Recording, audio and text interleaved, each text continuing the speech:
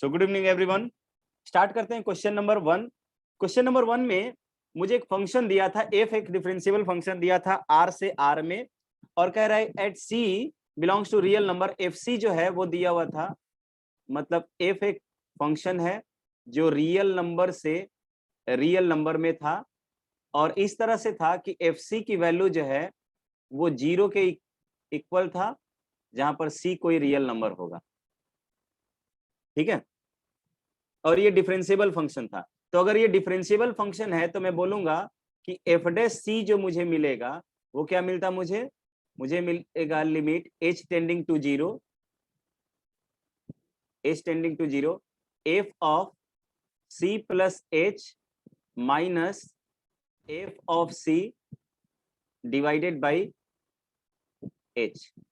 ठीक है, अब चूंकि एफ ऑफ c 0 दिया हुआ है तो आई कैन टेक की लिमिट h टेंडिंग टू 0, ये मुझे f of c plus h by h मिलेगा सिंपली। ठीक है, अब मुझे एक gx फंक्शन डिफाइन किया हुआ है, gx फंक्शन एक दिया हुआ है मेरा कि वो gx फंक्शन जो है वो मॉड ऑफ fx के बराबर मिला है मुझे, मॉड ऑफ fx के बराबर। ठीक है, तो इसी में कह रहा है कि g डैश x के बारे में पूछ रहा है, g के बारे में पूछ रहा है कि g जो है वो डिफरेंशिएबल होगा किस पॉइंट पर। तो अगर g डिफरेंशिएबल फंक्शन होगा तो मैं बोल सकता हूं, अगर c पर बात करूं तो g डैश c की जो वैल्यू होगी वो क्या होगा, वो हो जाएगा लिमिट h टेंडिंग टू 0, ये हो जाएगा g of c plus h minus g of कितना c डिवाइडेड बाई h हो जाएगा। ठीक है, अब g ऑफ c कितना मिलेगा मुझे, तो g ऑफ c जो है mod of c plus h मिलेगा। तो इसको मैं ओके कोई नहीं मैं बोल सकता हूं कि g डैश c जो मुझे मिलेगा वो मिल जाएगा लिमिट h टेंडिंग टू 0, ये मुझे मिल जाएगा f of c plus h का mod minus mod of f of c। gc की वैल्यू मैं लिख रहा हूं यहां पर, और g of c plus h का वैल्यू लिख रहा हूं, और यहां पर ये सिंपली मुझे h मिल जाएगा। अब मैं जानता हूं कि f ऑफ c की वैल्यू 0 है, तो mod of f of c की वैल्यू भी 0 होगी। तो इसको मैं लिख सकता हूं कि लिमिट h टेंडिंग टू 0, ये मॉड ऑफ ये c plus h divided by h हो जाएगा। ठीक है, यहाँ पे मैंने c को h को पॉजिटिव मान लिया था, क्योंकि मैं यहाँ पे g डैश c लिख रहा हूं तो यहाँ पे left hand and right hand derivative का एक साथ मैं डिस्कशन कर रहा हूँ। ठीक है, तो अगर h को पॉजिटिव भी मान ले हम, या अगर h को पॉजिटिव नहीं माने तो हम लोग ऐसे लिख सकते हैं कि लिमिट h टेंडिंग टू 0 होगा, और इसको ओवरऑल मॉड अगर हम लेते हैं तो f of c plus h divided by h into mod of h upon h लिख सकते हैं। या अगर नहीं भी लिख सकते, अगर मैं h को पॉजिटिव मानूं तो मैं इसको नहीं लिखूंगा, छोड़ देता हूं, मैं इसको क्या करूंगा, h ही ले देता हूं। अब मैं जानता हूं कि ये जो मॉड फंक्शन होता है कॉन्टिन्यूअस फंक्शन होता है, तो किसी भी कॉन्टिन्यूअस फंक्शन में लिमिट में अगर फंक्शन के बाहर से ऑपरेट करूं या लिमिट को फंक्शन के अंदर ऑपरेट करूं कोई फर्क नहीं पड़ेगा। सो मैं इसको लिख सकता हूं mod of limit h tending to 0, this is f of c plus h, और माइनस एफ सी लिख सकते हैं क्योंकि f ऑफ c की वैल्यू 0 है, तो 0 मैं सब्ट्रैक्ट कर सकता हूं डिवाइडेड बाई h, और ये ओवरऑल में mod and this is f dash c मुझे मिलेगा। ठीक है, ये g डैश c मिलेगा। तो g डैश c, ये देखो एक कांस्टेंट वैल्यू है। अगर मैं बोलता हूं कि f डैश c की वैल्यू 0 हो जाएगी, f डैश c की वैल्यू अगर 0 होगी तो मैं बोलूंगा कि g डैश c जो है मेरा, यहाँ पे हम लोग आई थिंक फंस रहे थे। ठीक है, मैं यहाँ पर वेरिएबल मान के बना रहा था, लेकिन यहाँ पर ये g डैश c जो है, ये g डैश c जो है आया है मेरा, ये f डैश c के बराबर आया है। और अगर ये f डैश c मेरा 0 हो जाता तो इस केस में मैं बोलूंगा कि जी डैश सी 0 होगा, यानी कि जीसी जो है मेरा एक, ये जी डैश सी क्या मिलेगा, कांस्टेंट वैल्यू मिलेगा, और इस केस में ये डिफरेंशिएबल हो जाएगा, इस केस में डिफरेंशिएबल हो जाएगा। लेकिन अगर ये जी एफ डैश सी अगर ये नॉन जीरो होगा, एफ डैश सी अगर ये नॉन जीरो होगा, तो ये अगर लेफ्ट हैंड डेरिवेटिव लूंगा मैं, तो एक बार निगेटिव और एक बार पॉजिटिव मिलेगा, तो लेफ्ट हैंड डेरिवेटिव और राइट हैंड डेरिवेटिव एग्जिस्ट नहीं करेगा। सो एफ डैश सी पर ये जहां पर ये होगा वहां पे नॉट डिफरेंशिएबल होगा। तो यहाँ पे नॉन डिफरेंशिएबल, तो देखो ऑप्शन नंबर डी इसका सही आंसर होगा गाइस, ऑप्शन नंबर डी कि डिफरेंशिएबल होगा if F dash C equal to 0। तो ऑप्शन डी इसका सही आंसर होगा, यहाँ पे आंसर गलत दिया हुआ था, ऑप्शन डी जो होगा ये इसका करेक्ट आंसर होगा। ठीक है निधि,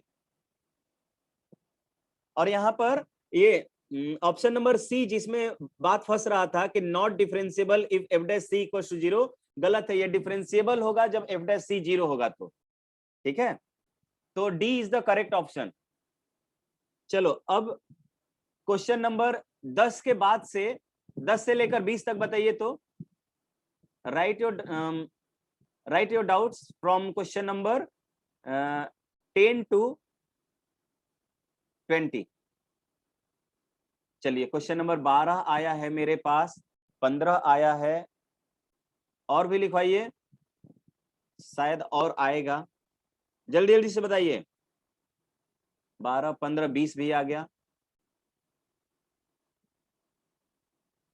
ठीक है, तो बस इतना ही है ना, 12, 15, 20, हाँ 20 आ गया, 19 भी आ गया, 19, और 20 के बाद भी बता सकते हो, एक 29 आया है। सर वो 20 ही टाइप कर रहे थे तो 29 लिख 20 कर रहे थे। चलो तो अभी 20 तक ही रखो, छोड़ दो, अभी 20 के बाद वाले मत लिखवाना, वो 20 के बाद में देख लूंगा। ठीक है, तो चलिए क्वेश्चन नंबर 12 आते हैं। क्वेश्चन नंबर 12, क्वेश्चन नंबर 12 में कह रहा है कि एफ एंड जी दोनों डिफरेंशिएबल फंक्शंस हैं इन 0 से 1, सेटिस्फाइंग कि f0 की वैल्यू मुझे दिया हुआ है, f0 की वैल्यू क्या दिया हुआ है, f0 की वैल्यू 2 दिया हुआ है, और इसी को g ऑफ 1 भी दिया हुआ है, इसी को g ऑफ 1 भी दिया हुआ है, दूसरा g ऑफ 0 दिया हुआ है। ये क्यों नहीं बना क्वेश्चन, ये क्वेश्चन तो आसान है, g0 की वैल्यू 0 के बराबर और f1 की वैल्यू मुझे 6 के बराबर दिया हुआ है, f1 की वैल्यू 6 के बराबर। ठीक है, और f और g दोनों डिफरेंशिएबल फंक्शन है। तो अगर मैं बोलूं कि मेरा c जो है, c अगर वो बिलोंग कर रहा होगा 0 से 1 के इंटरवल में, तो मैं बोल सकता हूं कि इस पॉइंट पर दोनों फंक्शन डिफरेंशिएबल होगा। सो अगर मैं बात करूं कि f डैश c की बात कर लेता हूं, f डैश c की बात कर लेता हूं, तो या f डैश किस पर, f डैश 0 की बात कर लेता हूं, f डैश 0 की बात, ऐसा कर लेंगे क्या, अगर मैं f डैश c की बात करता हूं तो मैं क्या लिख सकता हूं कि ये मेरा होगा limit h tending to 0 f of c plus h minus f of c divided by क्या ले लेता हूं, डिवाइडेड बाई h। यही होता है डेरिवेटिव का मतलब। अब मुझे जैसा वैल्यू दिया है वैसा मैं काम करूंगा। ठीक है, मुझे वैल्यू दिया हुआ है कितना, 2 दिया हुआ है, f0 की वैल्यू दिया हुआ है, और f1 की वैल्यू दिया हुआ है। तो मैं क्या इसको इतने पर मान लूं कि इसकी वैल्यू जो होगा, कितने पर मान लेता हूं, लेट्स से f डैश 1 पर अगर मैं बात करूं तो लिमिट h टेंडिंग टू 0, ये क्या मिलेगा मुझे, f of 1 plus h minus, अच्छा एक ये भी जानते हो क्या कि मुझे f डैश c जो मिलता है वो F B minus F A upon B minus A, ये वाला फॉर्मूला जानते हो क्या सभी लोग? कि मुझे अगर डेरिवेटिव चाहिए होती है तो मैं यहां से भी निकालता हूं कि एफ डैश, ये एलएमवीटी है, ठीक है, लेग्रांजे मीन वैल्यू थ्योरम है। ये याद है क्या सभी को? एक बार यस और नो आप लोग चैट सेक्शन में रिप्लाई कर दीजिए। एलएमवीटी जानते हो सभी लोग? ओ, उससे ये इजीली बनेगा, तो एक एलएमवीटी लिख दीजिए, एलएमवीटी उसी से बनेगा ये। देखिए, लेग्रांजे मीन वैल्यू थ्योरम इसको बोलते हैं, एलएमवीटी, एलएमवीटी। एलएमवीटी ये कहता है कि भाई अगर एफ और जी ये दोनों कॉन्टिन्यूअस हो, मैं इन शॉर्ट लिख देता हूं, अभी आपको सर पढ़ाएंगे, ठीक है। अगर एफ एंड जी दो कॉन्टिन्यूअस फंक्शन हो, कहां से कहां में? इनक्लोज इंटरवल ए से बी में, और ये दोनों डिफरेंशिएबल हो कहां से कहां? ओपन इंटरवल ए बी में, तो कहता है कि मुझे सी एक ऐसा पॉइंट मिलेगा, कहां से कहां? इन क्लोज इंटरवल ए से बी में मुझे एक पॉइंट सी ऐसा मिलेगा जहां पर एफ डैश सी की जो वैल्यू होगी वो F B minus F A divided by B minus A हो जाएगा। रॉलिस थ्योरम कितने लोग जानते हैं? Just raise your hand everyone. Rolle's theorem, बहुत अच्छे। तो रॉलिस थ्योरम जो होता है, Rolle's theorem is a particular case of mean value theorem. Rolle's theorem में देखोगे कि ये कंडीशन होने के साथ साथ बोलता है कि एफ ए और एफ बी दोनों बराबर होना चाहिए। तो एफ ए और एफ बी दोनों बराबर हो जाएगा तो बोलता है कि एक पॉइंट सी मुझे ऐसा मिलेगा जहां पे एफ डैश सी 0 होगा। तो देखो, तो अगर दोनों को F B minus F A को अगर हम बराबर कर लेते तो F B minus F A 0 हो जाता। तो Rolle's mean value, Rolle's theorem जो होता है is a particular case of Lagrange mean value theorem. तो इससे मैं आसानी से इस क्वेश्चन को कर सकता हूं, राइट। तो मैं बोलूंगा कि एफ डैश सी, अब देखो यहां पर एफ और जी जो फंक्शन है वो 0 से 1 के रूप, 0 से 1 के इंटरवल में डिफाइंड है। तो मैं बोल सकता हूं क्या कि मुझे एक सी जरूर मिलेगा जहां पर एफ डैश सी जो होगा वो एफ बी माइनस एफ है, यानी F of 1 minus F of 0 divided by 1 minus 0 हो जाएगा। एफ बी कितना है, यानी एफ ऑफ 1 कितना दिया हुआ है? एफ ऑफ 1 इज 6 और एफ ऑफ 0 इज 2। तो कितना हो गया? एफ ऑफ 1 इज इंटरवल 0 से 1 में ही दिया हुआ है ना, तो ये दिया हुआ है कितना? 6 माइनस 2 डिवाइडेड बाई 1, ये कितना हो जाएगा? 4 हो जा रहा है। और जी डैश सी कितना मिलेगा? जी डैश सी ये मुझे मिलेगा G1, तो G1 minus G0 upon 1 minus 0। G of 1 कितना होगा? G ऑफ 1 मुझे दिया हुआ है 2 और G ऑफ 0 कितना दिया हुआ है? 0। तो मुझे ये 2 माइनस 0 अपॉन 1 मिला और ये 2 मिला। तो मैं बोल सकता हूं क्या कि एफ डैश सी जो मुझे मिलेगा वो 2 times of ji dash C मिलेगा, और यही मेरा ऑप्शन आएगा। एलएमवीटी में रॉलिस थ्योरम का केस, वो तो आंसर 0 आएगा। हाँ, वही तो बोला मैंने कि जो रॉलिस मीन वैल्यू थ्योरम जो है is a particular case of Lagrange mean value theorem, right. तो यहाँ पर ऑप्शन नंबर डी जो होगा वो मेरा सही आंसर होगा, ठीक है। तो यहाँ एलएमवीटी का यूज किया हुआ था इस क्वेश्चन में, ठीक है। यहाँ पे देख सकते हो पूरा का पूरा कंडीशन 0 से 1 में ये सब सेटिस्फाई वगैरह कराया हुआ है। क्लियर है क्या सभी को? Question number 12। क्वेश्चन नंबर 15 पर आते हैं, क्वेश्चन नंबर 15 पर आते हैं। इसलिए नहीं अपना एलएमवीटी नहीं पता था। अच्छा, लेग्रांजे, अगर आपको ये रॉलिस थ्योरम जो है यहीं से आता था, ठीक है। चलिए कोई नहीं, क्वेश्चन नंबर 15 देख लेते हैं। सर एक 14 भी बता दीजिए ना, वो उस टाइम मिस हो गया था। अच्छा 14 बता देते हैं, नेक्स्ट वाले में ले लेते हैं। 14 मुझे दिया हुआ है क्या कि gx एक फंक्शन दिया हुआ है, ये तो अच्छा खासा लेंदी तो नहीं होना चाहिए। x का power n minus x minus 1 का पावर n डिवाइडेड बाई मुझे दिया है log of cos of x, और cos का पावर n दिया हुआ है, x माइनस 1 है यहाँ पर, cos का पावर m x माइनस 1 दिया हुआ, ठीक है। यहाँ पे कह रहा है m एंड n दोनों इंटीजर है, और ये जो फंक्शन डिफाइंड है यहाँ पर, ये x जो है 0 से 2 के बीच में है, ये भी दिया हुआ है। और कह रहा है m and n are integers, m not equal to, ये लिया। अब कह रहा है p is the left hand derivative of x minus 1 at 1। तो मुझे एक फंक्शन डिफाइन किया हुआ है पहले तो, x माइनस 1 का मॉड, इसको अगर मैं डिफाइन करता हूं तो मुझे मिलता है यहाँ पर कितना मिलेगा, एक मिलेगा कि x की वैल्यू अगर लेस देन 1 होती है तो ये माइनस साइन के साथ बाहर निकलेगा, तो ये 1 माइनस x हो जाएगा, और यहाँ पर ये x माइनस 1 होगा whenever x is greater equal to 1। बात आया क्या समझ में सभी को?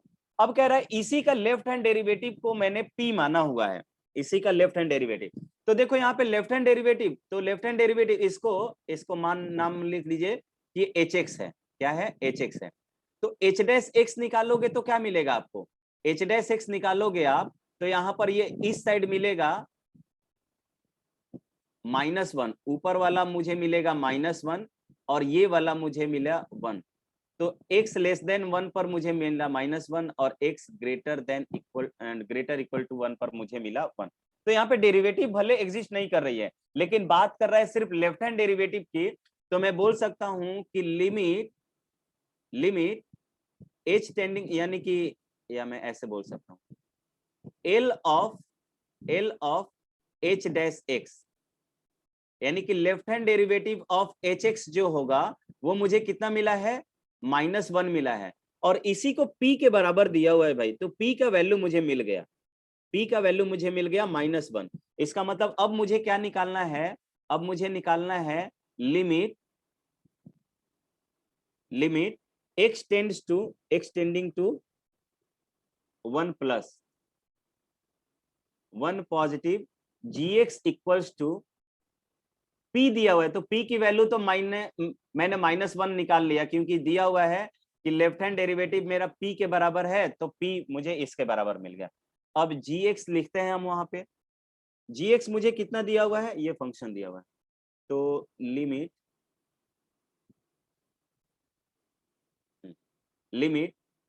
x tending to 1 plus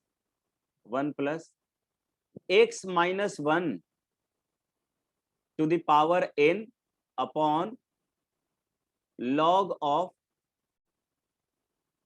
cos का power m into x minus 1, और इसका लिमिट मुझे -1 के बराबर दिया हुआ है। ठीक है, अब देखो इसको मैं 1 प्लस एच को, ये राइट हैंड लिमिट लिया हुआ है, तो 1 प्लस एच यानी कि x, 1 प्लस एच को मैं x मान सकता हूं, ताकि अगर अब मेरा x जो है 1 प्लस को जाए तो मेरा h टेंडिंग टू 0 हो जाए। तो मैं बोलूंगा कि मैं इसको लिख सकता हूं कि limit h tending to 0, this is 1 plus h minus 1 to the power n, और यहां पर ये मुझे मिल जाएगा log ऑफ cos का power m into 1 plus h। ये जानते हो, लिमिट में आपने सीखा होगा कि जब भी 0 के अलावा कोई लिमिट दिया रहता है तो मैं ट्राई करता हूं कि उसको 0 में कन्वर्ट कर सकूं। ठीक है, अब मुझे ये +1 -1 कैंसिल, यहाँ पे भी +1 -1 कैंसिल, यहाँ cos का पावर m h मिलेगा। तो मैं बोल सकता हूं कि लिमिट h टेंडिंग टू 0, ये h का पावर n मिला, और देखो तो m बाहर आ जाएगा क्या log से, ये log ऑफ cos h मिलेगा क्या मुझे, इज इक्वल टू -1। अब देखिए तो क्या ये ऊपर 0, h की वैल्यू 0 रखेंगे, यहाँ पे h की वैल्यू 0, ये 0/0 फॉर्म में मिल रहा है क्या मुझे? 0/0 फॉर्म में मिल रहा है, तो LH rule, L hospital rule लगा सकता हूं मैं बोल सकता हूं कि ये लिमिट h टेंडिंग टू 0 हो जाएगा, और ये n टाइम्स ऑफ h का power n minus 1 divided by ये cos x, ये tan x आ जाए क्या, माइनस tan x आ जाएगा, तो माइनस ऑफ tan h आ जाएगा इज इक्वल टू -1। बात आया समझ में क्या सभी को? बोल नहीं रहा है कोई? और m यहाँ पे रहेगा। अब ठीक है, m यहाँ पे रहेगा। देखिए log ऑफ cos h को मैंने डिफरेंशिएट किया, तो log ऑफ cos h क्या होगा, cos h नीचे आ जाएगा और cos h का माइनस sin h होगा, तो ये tan h हमने डायरेक्टली लिख दिया हुआ है, ठीक है, और माइनस पहले, तो माइनस m टाइम, और m पहले था तो minus m times of tan h हो गया।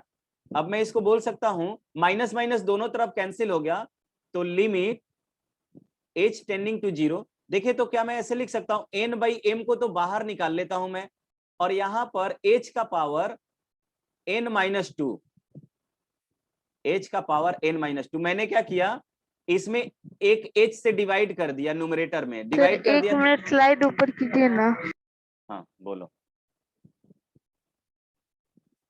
सर, ये माइनस माइनस कैंसिल, यानी वो -1 वाला माइनस और हाँ m दो, वाला, दोनों तरफ से माइनस से मल्टीप्लाई कर दिया। कांस्टेंट Yes, से sir. मल्टीप्लिकेशन आपके लिमिट पर कोई फर्क नहीं डालेगा, तो इस तरह का कैंसिलेशन अलाउड है, ठीक है।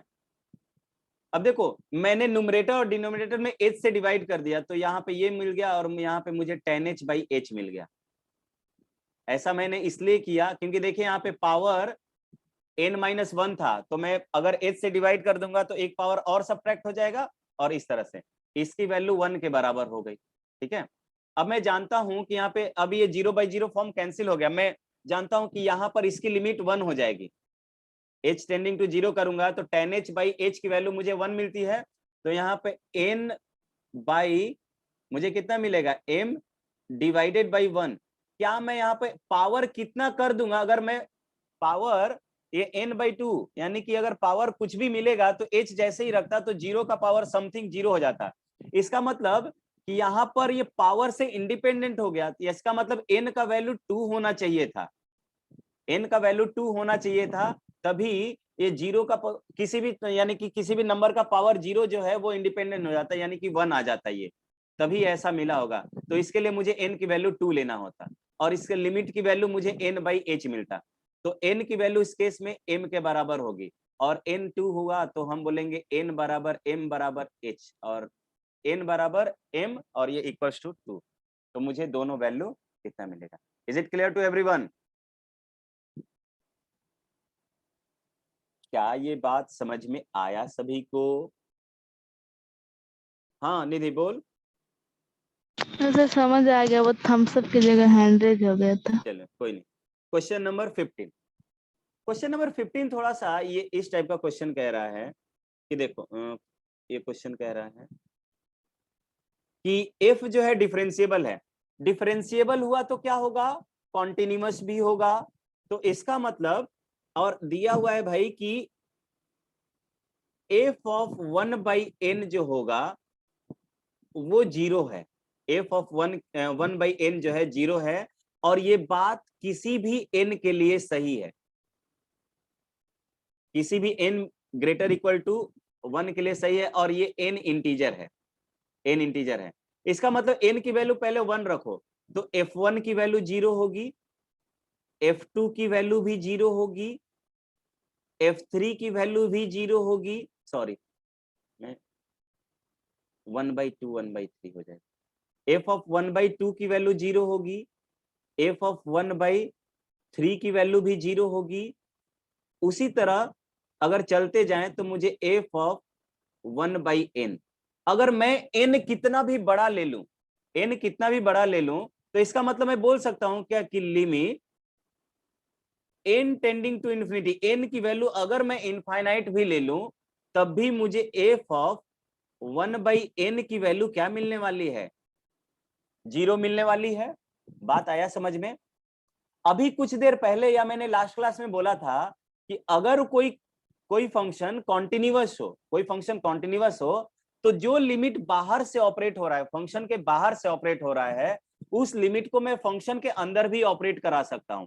अब चूंकि ये फंक्शन डिफरेंशिएबल दिया हुआ है, f क्या दिया हुआ है, डिफरेंशिएबल दिया हुआ है, अब अगर ये फंक्शन डिफरेंशिएबल है तो ये फंक्शन कॉन्टिन्यूअस भी होना चाहिए, और अगर ये फंक्शन कॉन्टिन्यूअस है तो जो लिमिट मैंने बाहर ऑपरेट किया है, this limit should go inside the function also. So मैं बोल सकता हूं कि ये लिमिट अभी नहीं, लिमिट को अंदर मैं लगा देता हूं। इसका मैं मतलब बोल सकता हूं कि F of limit n tending to infinity 1/n जो है वो भी मेरा जीरो मिलेगा भाई, वो भी मेरा क्या मिलेगा, जीरो मिलेगा। और यहाँ पर f ऑफ 1/n की वैल्यू कितनी हो जाती है, ये टेंडिंग टू जीरो हो जाएगी whenever n tending to infinity. So मैं बोल सकता हूं कि f ऑफ जीरो मेरा जीरो के बराबर हो जाएगा। ये आया सभी को समझ में? मैंने लिमिट को अंदर क्यों किया इसका एक्सप्लेनेशन मैंने दे दिया है। सर फंक्शन तो डिफाइन है n 1 से बड़ा के लिए, तो फिर f0 कैसे निकाल सकते हैं? वो तो उसके 1 से डोमेन बड़े में के ही लिए नहीं। कहा, देखिए आपको दिया हुआ है f ऑफ 1/n दिया हुआ है, और n दिया हुआ है कि n से बड़ा, n की वैल्यू 1 से बड़ी है। तो अगर n की वैल्यू 1 से बड़ी है तो ये नंबर हमेशा कितना मिलेगा, 1 से छोटा मिलेगा क्या? अगर मैं n की वैल्यू 1 रख देता तो यहाँ पे n इक्वल टू नहीं दिया हुआ होगा, आई थिंक दिया है क्या, देखते हैं, let me check 15 number greater equal to, हाँ f1 पर भी दिया हुआ है, यानी क्लोज इंटरवल में, यानी कि यहाँ पे मैं ऐसे बोलूंगा कि 1/n जो होगा वो लेस देन, देखो तो 1/2 मिला था, 1/2 पर 0 मिला था, 1/3 पर 0 मिल रहा है, 1/4 पे 0, 1/5 पे 0, उसी तरह 1/1000 भी लूंगा तो भी उस पे वैल्यू मुझे 0 मिलेगा। तो इस सब पे फंक्शन, यानी कि अगर इंटीग्रल में इनफाइनाइट अगर बढ़ाता हूं तो नीचे टेंडिंग टू जीरो नहीं आएगा कभी, बोलिए, नहीं आया समझ में? आई थिंक राघवेंद्र था, हो गया राघवेंद्र सर, आ गया सर। आ गया ना? देखिए n ग्रेटर इक्वल टू 1 है तो उसका reciprocal less than and equal to 1 हो जाएगा ना। तो ये overall term n greater than है, ओवरऑल ये टर्म जो है less than and equal to 1 है। इसका मतलब कि ये क्या हो जाएगा, वैल्यू 0 हो गया। अब देखिए मैं यहाँ पर एक चीज बता रहा हूं, जब भी मैंने बोला कि भाई n मेरा ग्रेटर इक्वल टू 1 है और n इंटीग्रल है, पॉजिटिव इंटीग्रल है, तो मैं बोल सकता हूं कि मेरा 1/n जो है 1/n ये less than and equal to 1 होगा।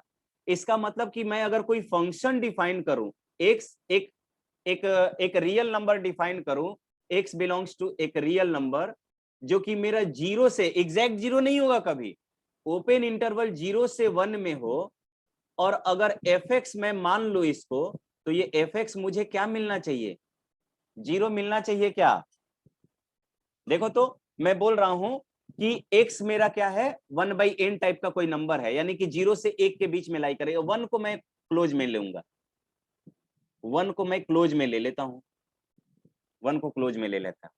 तो इसका मतलब कि जैसे अभी हमने किया था, n की वैल्यू इंक्रीज करते जा रहे थे, तो एक पर मुझे मिला था 1, दूसरा मिला 1/2, देखिए यहाँ पर 1 पर भी 0 मिला, 1/2 पर भी 0 मिला, इन सब पर फंक्शन की वैल्यू क्या मिलती जा रही है, 0 मिलती जा रही है। देखिए 1 पर 0 मिला, 1/2 पर 0, 1/3 पर 0, 1/4 पर 0, 1/5 पर 0, इसका मतलब, और 1/2 क्या है 0.5, 1/3 क्या होगा 0.33, 1/4 क्या होगा 0.25, 1/5 क्या होगा 0.2, इन सब पर फंक्शन की वैल्यू क्या मिलती जा रही है, 0 मुझे मिलती जा रही है। इसका मतलब कि अगर मैं बोलूं कि मेरा कोई एक ऐसा रियल नंबर ले लूं जो 0 से 1 के बीच में हो, जो 0 से 1 के बीच में हो, उस पर फंक्शन का आउटपुट मुझे कितना मिलेगा, 0 मिलेगा भाई। फंक्शन का आउटपुट क्या मिलेगा, 0 मिलेगा। और यहाँ पर f0 पर फंक्शन डिफाइन नहीं होगा, f0 पर कोई वैल्यू नहीं मिलेगी, लेकिन f0 पर अगर लिमिटिंग वैल्यू अगर हम बात करें तो वो 0 मिलेगा। ये एग्जैक्ट वैल्यू नहीं है, f0 इक्वल्स टू 0, ये एग्जैक्ट नहीं है, this is a limiting value, limiting value है, ठीक है। तो अब मेरे ऑप्शन में जाने दीजिए, ऑप्शन में कह रहा है, तो अब देखिए, तो अगर fx 0 है तो मैं बोलूंगा कि f डैश x भी मेरा क्या होगा, 0 होगा, जहां x बिलोंग करेगा मेरा 0 से 1 के बीच में, ठीक है। तो 0 पर भी ये 0 होगा और सभी पर भी 0 होगा। तो ऑप्शन नंबर बी होना चाहिए इसका सही आंसर। ठीक है, ऑप्शन नंबर ए में, ऑप्शन नंबर ए सही है, ठीक है, लेकिन यहाँ डेरिवेटिव के टर्म में बात नहीं कर रहा है। ऑप्शन नंबर ए भी सही है लेकिन डेरिवेटिव के टर्म में बात नहीं कर रहा है। ऑप्शन नंबर बी 0 पर 0 है और डेरिवेटिव के टर्म में भी बात कर रहा है, ठीक है, तो इसलिए ऑप्शन नंबर बी सही होगा। ऑप्शन नंबर ए भी सही है बट दिस इज इनकम्प्लीट, ठीक है, यहाँ पर और बी में फंक्शन और उसके डेरिवेटिव दोनों के टर्म में बात कर रहा है, इसलिए ऑप्शन नंबर बी जो होगा एक्यूरेट सही होगा, ठीक है, तो ऑप्शन नंबर बी सही होगा। क्लियर है सभी को? तो यहाँ पे कॉन्सेप्ट कौन सा यूज किया था कि भाई अगर कोई फंक्शन कॉन्टिन्यूअस हो तो जो लिमिट आप फंक्शन के बाहर ऑपरेट कर रहे हो वही लिमिट आप फंक्शन के अंदर ऑपरेट कर रहे हो, वही लिमिट आप फंक्शन के अंदर ऑपरेट करोगे। और इसी बेसिस पर आपने एक्सपोनेंशियल फंक्शन का लिमिट निकाला होगा। आपको याद होगा कि जो लिमिट आपको ऐसे निकालना था e⁻x यहाँ पे निकालना था, वही लिमिट आप ऊपर लेके चले जाते थे। और ये तभी पॉसिबल हो पाया था जब आपका वो फंक्शन क्या था, कॉन्टिन्यूअस था। अगर वो फंक्शन कॉन्टिन्यूअस नहीं होता तो ये काम आप नहीं कर पाते, ठीक है। इसका प्रूफ बहुत सॉलिड है, ये आप ग्रेजुएशन में पढ़िएगा, इसका प्रूफ ग्रेजुएशन में, ठीक है, कि फंक्शन बाहर से अंदर कैसा चला जाता है। इसका एप्लीकेशन यहाँ पे मैंने सिखा दिया, इसका प्रूफ आपको हायर क्लासेज में मिलेंगे। इसके बाद शायद क्वेश्चन नंबर 19 था क्या, 15 हो गया, 19, question number 19 left hand derivative निकालना था मुझे, किस पर, एफ एक्स। चलिए, एफ एक्स मुझे एक फंक्शन दिया हुआ है जो कि greatest integer x into sine of pi x दिया हुआ है ना, हाँ पाई एक्स, ठीक है, साइन ऑफ पाई एक्स। अब मैं सबसे पहले ये क्वेश्चन पूछना चाहता हूं कि कितने लोग ये बात से एग्री कर रहे हैं कि ये फंक्शन डिफरेंशिएबल है। Everyone just raise your hand, how many of you think about that this function is differentiable. कोई अपने हैंड रेज नहीं कर रहा है भाई। Am I audible everyone?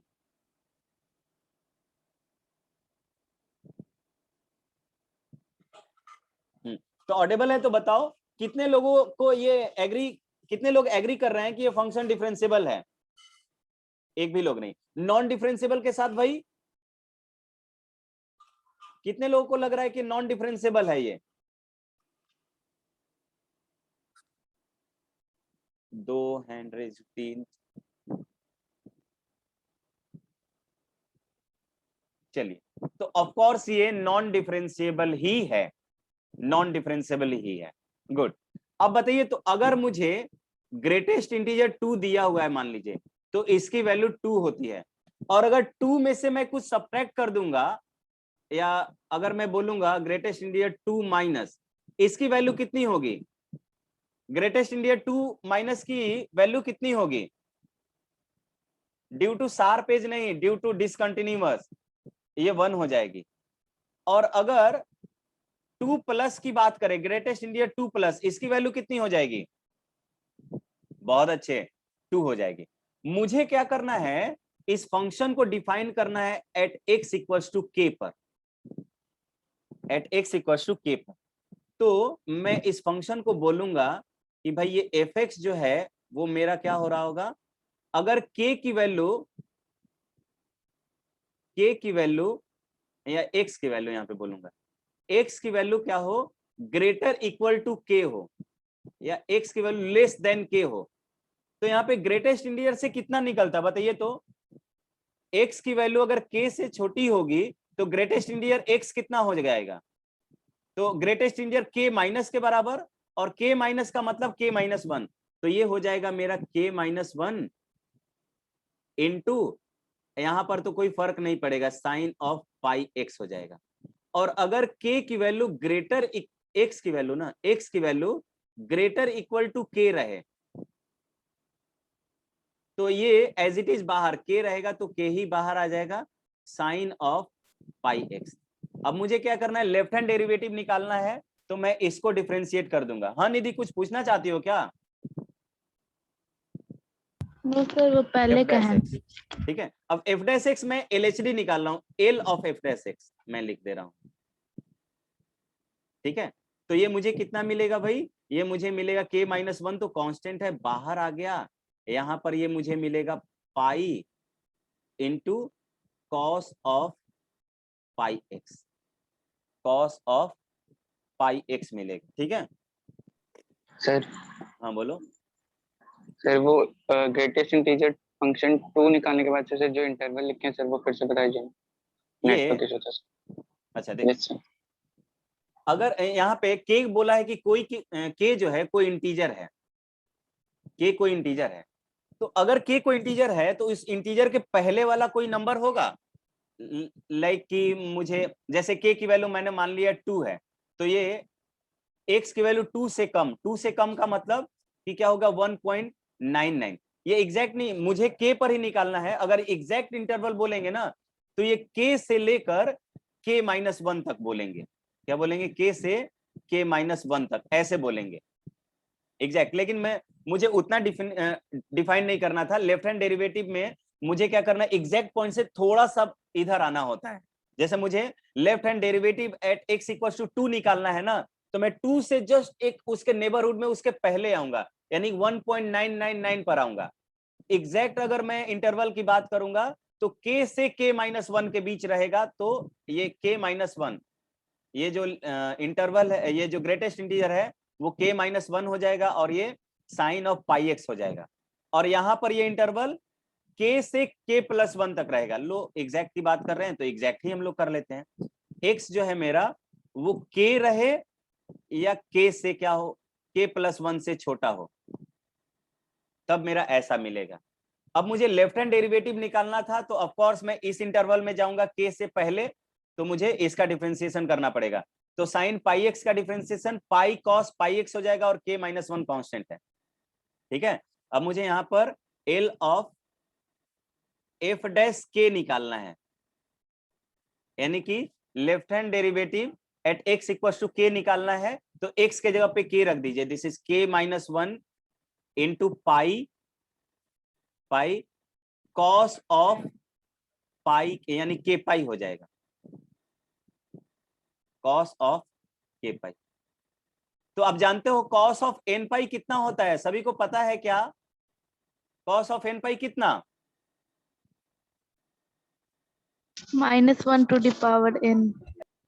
N minus one होगा, ध्यान रहे, माइनस वन का पावर एन माइनस वन। क्यों, देखो एन क्यों नहीं लिख सकते हैं? अगर एन की वैल्यू वन अगर हम रखते हैं तो यहाँ पर एन माइनस वन होगा। एन की वैल्यू अगर हम जीरो रखते हैं लेट से, तो इतना ये एन ही लेना चाहिए शायद मुझे, देख लेते हैं। अगर एन लेता हूं तो एन की वैल्यू अगर वन रखता हूं तो कॉस ऑफ पाई मुझे कितना मिल जाएगा, माइनस वन का पावर वन। हाँ एन पाई सही है, एन ही ले लेंगे। तो यहाँ पर मैं लिखूंगा कि माइनस वन का पावर के हो जाएगा, तो माइनस वन का पावर के टाइम्स ऑफ के माइनस वन इंटू पाई, यही आंसर आ रहा होगा, चेक कर लीजिएगा जो भी ऑप्शन होगा, ठीक है। क्वेश्चन नंबर 20 क्या कह रहा है?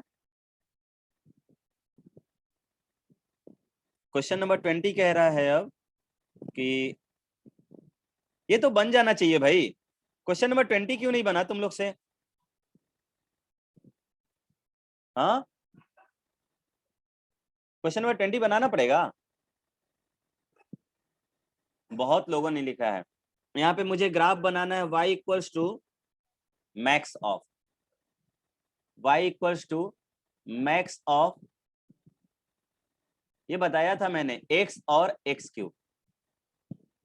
तो देखिए अगर मैं दोनों का ग्राफ बना दूं आपके सामने, अब तो ग्राफ सभी लोगों ने बना लिया होगा इसका, तो देखो पहले y इक्वल्स टू x का ग्राफ बना लेता हूं।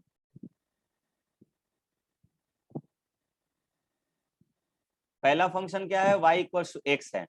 दूसरा फंक्शन मुझे x क्यूब मिलेगा। x क्यूब कैसे मिलेगा, तो मैं बोलूंगा 1 पर कट कर, सॉरी यहाँ पे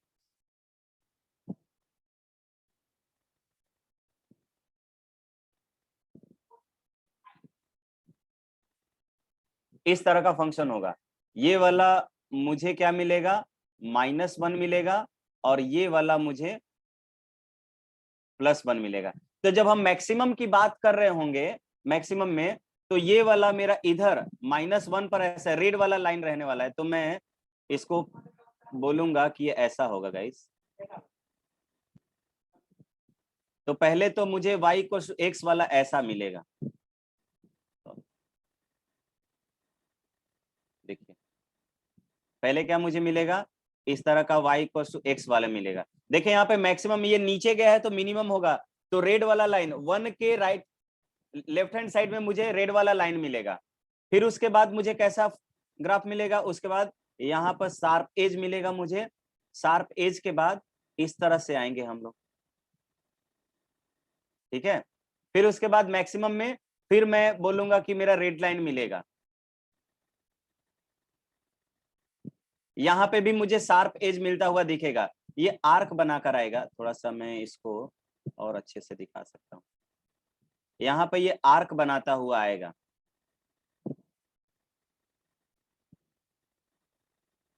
ये, और इस तरह से गया, और फिर इसके बाद इस तरह से फिर मिलेगा, ठीक है। कहाँ कहाँ नॉन डिफरेंशिएबल होगा, तो एक तो इस पॉइंट पर, ये पॉइंट कौन सा था, -1 पर, एक 0 पर, क्योंकि कर्व का बिहेवियर चेंज हो रहा है।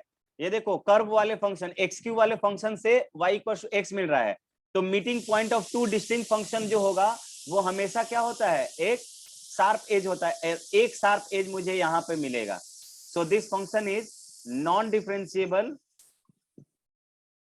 नॉन डिफरेंशिएबल किस पर, -1 पर, 0 पर और 1 पर, ठीक है। अब बताइए क्वेश्चन नंबर 20 से 30 के बीच में डाउट बताइए सभी लोग। 21, 24 और 26 के अलावा भी कोई लिख पाया क्या, 26, 27 और बताइए,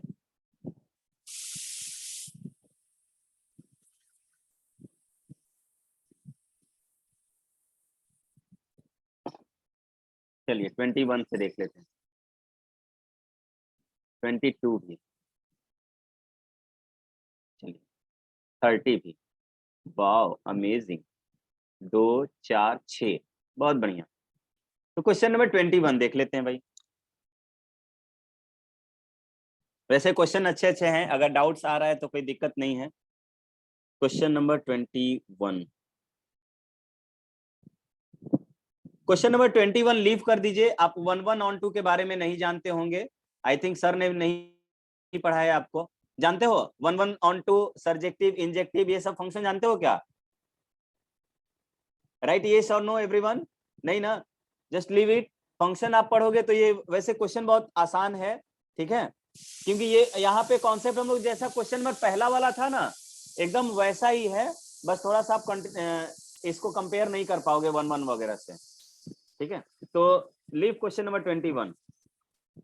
question number 22, it is so easy question, बहुत ही आसान क्वेश्चन है क्वेश्चन नंबर 22, और ये मुझे दिया हुआ है fx equals to x square minus 1 और ये mod of x square -3x + 2। Raghavendra आपने ये कर लिया है क्या? Yes sir. Cos of mod x।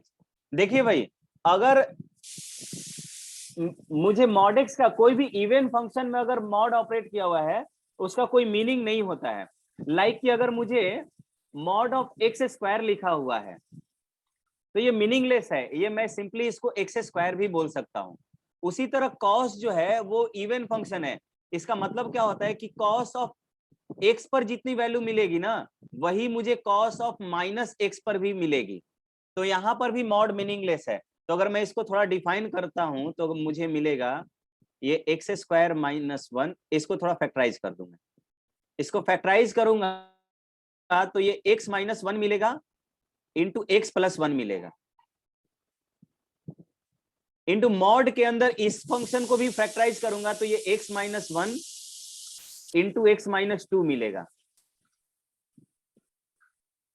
और ये प्लस कॉस ऑफ एक्स लिख सकते हो इसको, क्योंकि कॉस अगर इवन रहता, यहाँ पे एक्स रहता या माइनस एक्स रहता, इसको कोई फर्क ही नहीं पड़ना था, नहीं पड़ना था। तो यहाँ पे पॉजिटिव एंगल हो या निगेटिव एंगल हो, क्या ही फर्क पड़ता है। तो मॉड से कुछ फर्क नहीं पड़ना है यहाँ पर, तो इसको एज इट इज रख दिया। अब देखो तो यहाँ पर ये मॉड ये वाला जो है वो 2 बार आ गया है। इसका मतलब कि ये एक्स माइनस 1 का होल स्क्वायर हो जाएगा,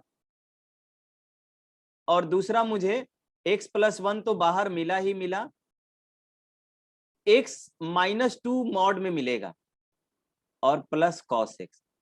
यानी कि इस फंक्शन की डिफरेंशियबिलिटी जो है वो सिर्फ और सिर्फ ये वाला पॉइंट जो है वो कर रहा है। सर x माइनस 1 को मॉड से कैसे निकाले बाहर? मॉड से कैसे निकाले बाहर? सर देखो वहाँ पे इंटरवल डिफाइन करना पड़ेगा हाँ, ना? इंटरवल डिफाइन करके मैं करता, मैंने ऐसे ही कर दिया। इतना तो आई थिंक मॉडुलस इतना क्लियर नहीं है क्या? चल कर लेते हैं भाई।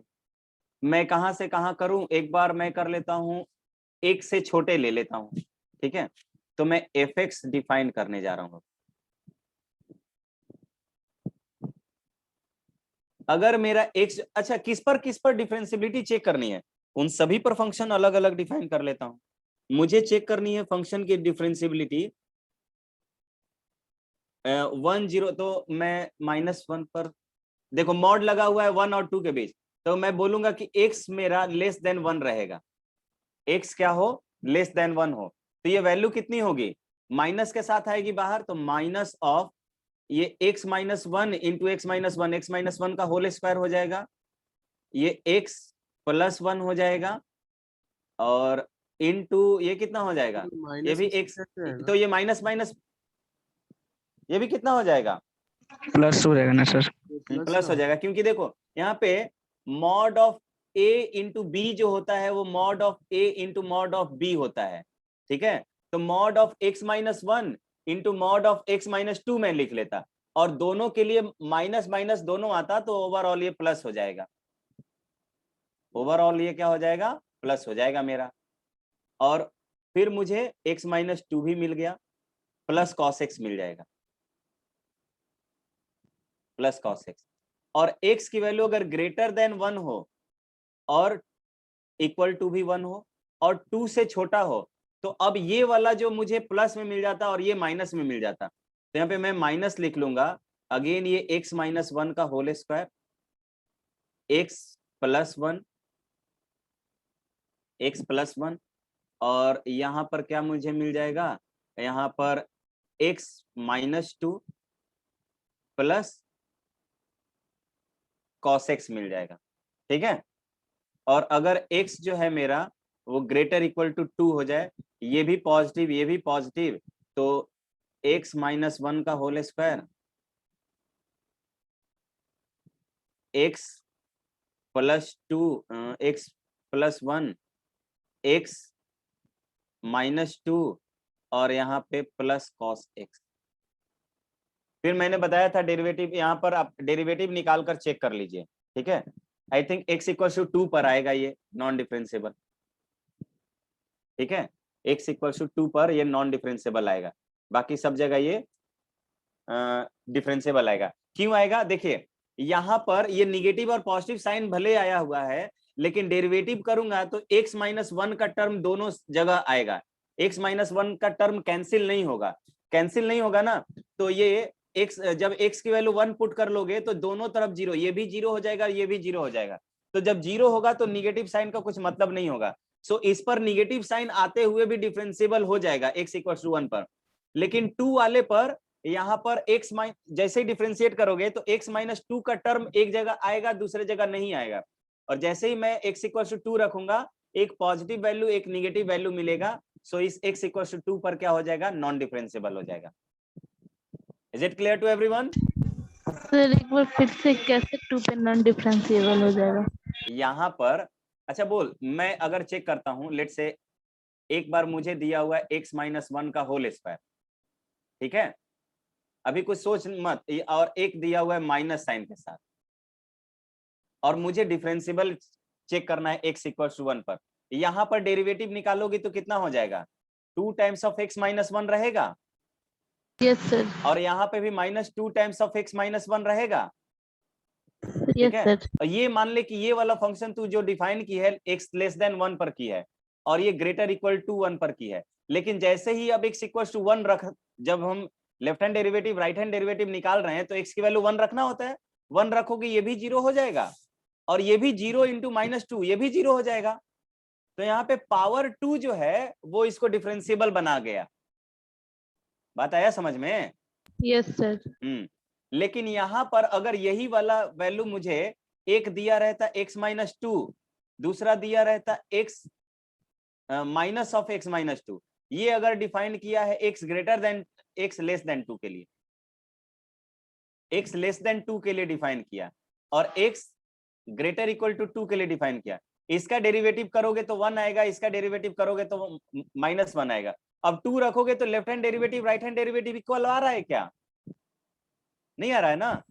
यस सर, समझ गए। समझ गई? तो वैसा ही यहाँ पे पूरे को डिफरेंशिएट मत करने लगना, यहाँ पे दिमाग लगाएंगे कि भाई x माइनस 1 का टर्म जो पावर 2 होने के बाद एक बार डिफरेंशिएट करने के बाद तो वो पावर रह ही जाएगा ना, x माइनस 1 का टर्म रह जाएगा मेरे LHS में भी, LHD में भी और RHD में भी। जैसे ही मैं x इक्वल टू 1 रखूंगा दोनों का वैल्यू 0 बना देगा वो, और जैसे ही 0 बना देगा तो 0 में निगेटिव से मल्टीप्लाई करो या पॉजिटिव से मल्टीप्लाई करो, उसको कोई फर्क नहीं पड़ना है, तो अल्टीमेटली वो 0 हो गया, तो वहां पर वो डिफाइंड हो गया, ठीक है।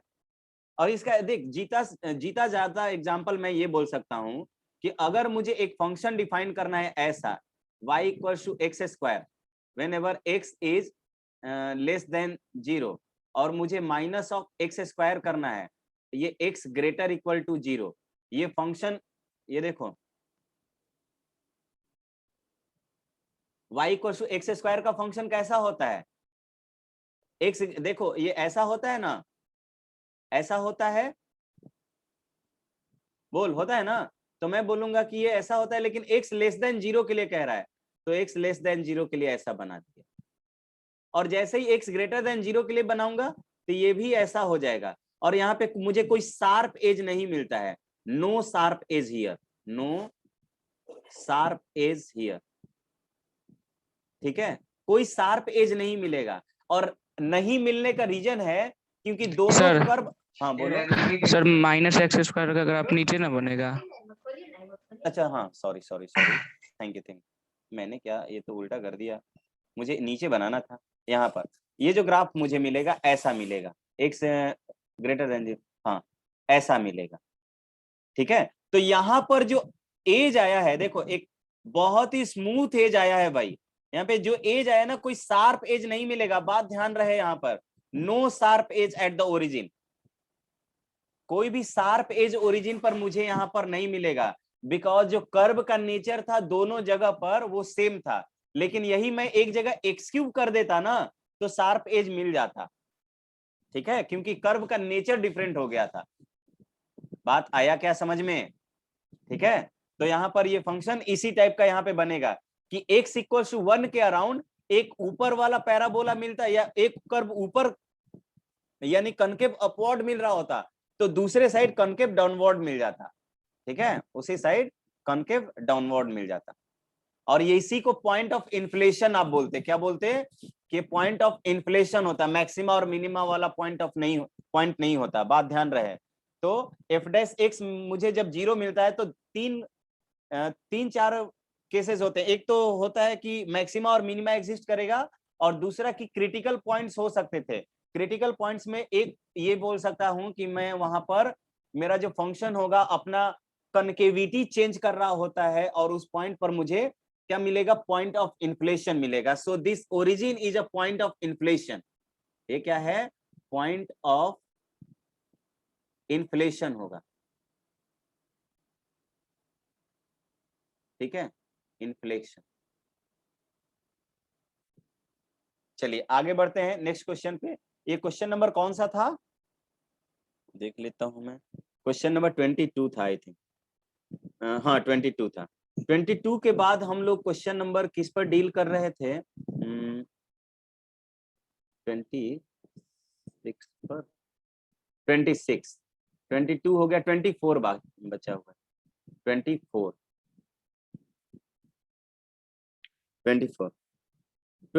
में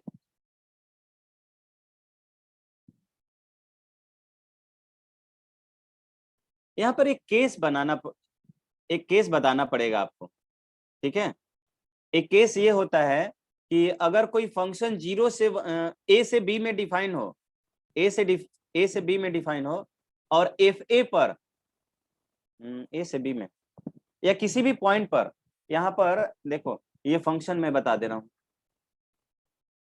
f0 पर वैल्यू मुझे 1 दिया हुआ है और f ऑफ f डैश 0 पर मुझे -1 दिया हुआ है, f ऑफ 0 पर मुझे -1 दिया हुआ है, और fx जो है वो ग्रेटर देन 0 है। कह रहा है कि फंक्शन की वैल्यू ग्रेटर देन 0 है भाई, ठीक है, और f0 की वैल्यू पॉजिटिव है। देखो मान लो कि कोई एक कर्व होगा, थोड़ा सा क्रिटिकल थिंकिंग करेंगे, यहाँ पे 0 f0 मान लो x की वैल्यू 0 पर, फंक्शन मुझे 1 पर मिल रहा था, ठीक है। तो ये जो फंक्शन मेरा और f डैश x मुझे लेस देन 0 दिया हुआ है, यानी कि f डैश x मुझे 0 निगेटिव दिया हुआ है, इसका मतलब ये डिक्रीजिंग फंक्शन होगा। डिक्रीजिंग फंक्शन होगा तो या तो ये ऐसे डिक्रीज करेगा या ऐसे डिक्रीज करेगा। देखो मैं दोनों केस आपके सामने रखता हूं। निधि वीडियो ऑन की हो क्यों, ठीक है, ये 1 है, ये 1, तो फंक्शन डिक्रीजिंग होगा तो या तो ऐसे हो सकता था या ऐसे हो सकता था, ये दो तरह का होता। और साथ ही साथ ये डिक्रीजिंग होने के साथ मैं बोलूंगा कि एट x इक्वल टू 0 पर स्लोप मेरा निगेटिव मिल रहा है, F dash dy by dx at x equal to a जो है वो मुझे dy tangent slope of the tangent at that point देता है। इसका मुझे मतलब कि x इक्वल टू 1 पर स्लोप जो है निगेटिव दिया हुआ है। स्लोप क्या होता है, x एक्सिस के साथ ऑब्ट्यूस एंगल बना रहा है कि नहीं, देखो तो ये ऑब्ट्यूस एंगल बनाएगा, यानी ये वाला केस पॉसिबल होगा। लेकिन अगर मैं यहां पर बनाऊंगा तो ये फंक्शन, ये जो पॉइंट जो है ये टेंजेंट नहीं होगा, ध्यान रहे, ये इसको इंटरसेक्टिंग, ये कर्व मुझे ऐसे जाता हुआ दिखेगा और ये इसको इंटरसेक्ट कर रहा है। सो ये वाला पॉसिबिलिटी नहीं होगा, यही वाला पॉसिबिलिटी सही होगा, ठीक है। यानी कि मेरा फंक्शन जो है उसका माउथ जो है वो कॉन्केव डाउनवर्ड होगा, और कॉन्केव डाउनवर्ड किसी भी फंक्शन का लोब होगा तो वहां पे डबल डेरिवेटिव जो है वो लेस देन 0 होता है, निगेटिव होता है। यही इस क्वेश्चन का एक्सप्लेनेशन है। तो ऑप्शन नंबर ए जो होगा वो करेक्ट आंसर होगा इस क्वेश्चन का। Is it clear to everyone? ये क्रिटिकल थिंकिंग पर बेस्ड है, इसका कोई इसका एक्सप्लेनेशन दिया जा सकता है, इसको समझा जा सकता है पूरा, हम लोग इसको मैथमेटिकली ज्यादा एक्सप्लेन नहीं कर सकते हैं। किसी को डाउट हो तो just raise your hand, otherwise we will proceed for the next question. हाँ बोलिए आनंद राज। सर उतने अच्छे से समझ नहीं आया। देखो f0 की वैल्यू 1 दिया हुआ है, इसका मतलब क्या है बोलो। सर x इक्वल टू 0 पे फंक्शन का वैल्यू 1 है। 1 है, यानी कि पॉजिटिव वैल्यू है क्या, यानी कि Yes, x sir. एक्सिस के ऊपर वैल्यू मिलेगा। Yes sir. और f डैश x निगेटिव आया है क्या, इसका Yes, मतलब sir. कि डिक्रीजिंग फंक्शन होगा। Yes sir. तो डिक्रीज दो तरीके से कर सकते हैं, या तो ऐसे आ सकते हैं या ऐसे आ सकते हैं। डिक्रीज करने का मतलब कि हर x बढ़ा रहे हैं तो y घटना चाहिए। देखो तो x बढ़ाते जा रहे हैं, x पहले ओरिजिन पर थे, फिर इधर आए, फिर इधर आए, फिर इधर आए। ओरिजिन पर वैल्यू यहाँ था, यहाँ पर आया तो हाइट घट गया, यहाँ पर आया हाइट और घट गया, यहाँ पर आया तो हाइट और घट गया। सेम बात यहाँ के लिए भी हो रहा है, ठीक है। तो ये दोनों फिगर अभी तक पॉसिबल थे। अब दूसरा आए, दूसरा इसी को फिर से पिक कीजिए। बोला जा रहा है यहाँ पर कि f डैश 0 की वैल्यू क्या है, वो -1 है। इसका मतलब हुआ कि डी ऑफ डी एक्स, या अगर y equal to F X वाला फंक्शन माने तो आप बोलोगे कि dy by D X at X equal to क्या हो गया, 0 पर मुझे -1 मिला है। इसका मतलब कि यहाँ पर अगर कोई स्लोप हम अगर ड्रॉ करें ना, उसका स्लोप का जो वैल्यू मुझे मिलना चाहिए वो -1 मिलना चाहिए। तो स्लोप का वैल्यू निगेटिव कब आता है, जब वो एक्स एक्सिस के, जब वो टेंजेंट जो है एक्स एक्सिस के साथ ऑब्ट्यूस एंगल बनाए। तो देखो, तो ये भी ऑब्ट्यूस एंगल ऐसे बना सकता था, और दूसरा देखो यहाँ पर हम ऐसे बना सकते थे। दो तरीके से स्लोप डिफाइन किया जा सकता था, एक इधर से एक इधर से। इधर वाला तो पॉसिबल नहीं होगा गाइस, यहाँ पे भी इधर वाला पॉसिबल नहीं होगा क्योंकि मुझे ऑब्ट्यूस एंगल यहाँ पे नहीं मिल रहा है, तो ये वाला तो डिस्कार्ड हो जाता। एक ही पॉसिबिलिटी बचती है कि मैं इधर से टेंजेंट लेके जाऊं, और अगर इधर से टेंजेंट लेके जाता हूं तो यहाँ पे देखो कर्व ऐसा दिया हुआ है, कर्व ऐसा है। अब चूंकि फंक्शन तो मैं आगे बढ़ा सकता था, फंक्शन आगे बढ़ाऊंगा, जैसे ही मैं x इक्वल टू 1 से अगर स्लोप अगर ऑब्ट्यूस एंगल का टेंजेंट ड्रॉ कर रहा हूं तो ये टेंजेंट नहीं बन रहा है, ये कर्व को जाकर इंटरसेक्ट कर दे रहा हो। तो यहाँ पर ये टेंजेंट नहीं बना, ये स्लोप तो मिला बट इंटरसेक्टिंग लाइंस का मिला। ये क्या हो जाएगा, इंटरसेक्टिंग लाइन हो जाएगा। तो इंटरसेक्टिंग लाइन का स्लोप नहीं आप बताते हो, आपको dy बाई डी एक्स से स्लोप ऑफ द टेंजेंट मिलता है, ये बात ध्यान होना चाहिए। तो यहाँ पर दूसरे वाले केस में यहाँ पे देखो, ये छूते हुए x इक्वल टू 0 पर छूते हुए आगे निकल जाएगा, और मेरा कर्व जो है ये लोब ऐसे होगा इसका, ठीक है, इसका लोब ऐसा रहेगा, तो इसको छूते हुए निकल जाएगा। ठीक है, इसका मतलब कि ये वाला फिगर जो है वो सही होगा। ये वाला फिगर जब टेंजेंट के टर्म में सोच रहे हैं ना, तो ये वाला फिगर मेरा साथ नहीं दे रहा है। बात आया समझ में क्या? This figure is not acceptable because here we will get obtuse angle या slope of the intersecting line। ठीक है, slope of the intersecting line मिल रहा है, लेकिन dy by dx से मुझे intersecting line का slope नहीं मिलता है, मुझे slope of the tangent मिलता है। तो इसका मतलब ये वाला फिगर एक्सेप्टेबल होगा, और ये वाला फिगर एक्सेप्टेबल है, इसका मतलब कि मेरे फंक्शन का जो लोब है वो नीचे की ओर होना चाहिए। फंक्शन का लोब कैसा होना चाहिए, ऐसा होना चाहिए भाई, और लोब नीचे होगा, इसका मतलब कि फंक्शन मेरा कनकेव डाउनवर्ड होगा। इसको बोलते हैं कनकेव डाउनवर्ड, कनकेव डाउनवर्ड। और कनकेव डाउनवर्ड फंक्शन होता है तो मैक्सिमा एग्जिस्ट करता है, इसीलिए तो आप मैक्सिमा के लिए बोलते हो कि f' 0 होना चाहिए, और साथ ही साथ f" लेस देन 0 होना चाहिए, क्योंकि कॉन्केव डाउनवर्ड ऐसा लोब मिलेगा तो ही मैं बोलूंगा कि यहाँ पे मैक्सिमा मिलेगा। ठीक है, या अगर ऐसे मिलता तो f" पॉजिटिव होता है, तो कॉन्केव डाउनवर्ड मिल रहा है तो f डबल डेरिवेटिव मुझे लेस देन 0 मिलना चाहिए। ठीक है, आई थिंक ये अब क्लियर होना चाहिए। छोटा सा क्वेश्चन है, एक्सप्लेनेशन इसका बहुत डिटेल। अब आते हैं हम लोग किस पर, question number 26। Question number 26, question number 26 में मुझे कुछ फंक्शन, ये एक फंक्शन पिक करना पड़ेगा जो इस तरह का प्रॉपर्टी सेटिस्फाई करें। एक क्वेश्चन कर ही सकते हैं, एक दो क्वेश्चन, चलिए मैं देख लेता हूं। मुझे एक यहां पर कह रहा है कि कोई एक फंक्शन है, कहां से कहां, F such that real number से -2 से +2 के बीच एक फंक्शन मिला है मुझे। ठीक है, और ये फंक्शन जो है, यानी कि फंक्शन का जो रेंज है, या मैं बोलूं कि कोडोमेन होना चाहिए, वो -2 से 2 होना चाहिए, और वो फंक्शन ट्वाइस डिफरेंशिएबल, 2 बार डिफरेंशिएबल होना चाहिए। और इस तरह का कि f0 मैं निकालो, f0 का होल स्क्वायर प्लस f' दे रहा है ना, हाँ f'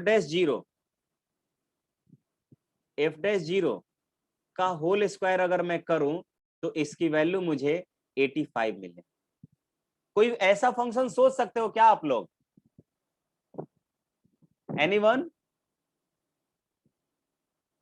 बोलो, कोई एक ऐसा फंक्शन बताओ या सोचो आप खुद अपने मन से, जो क्या हो, डिफरेंशिएबल हो और साथ ही साथ इस प्रॉपर्टी को सेटिस्फाई करे,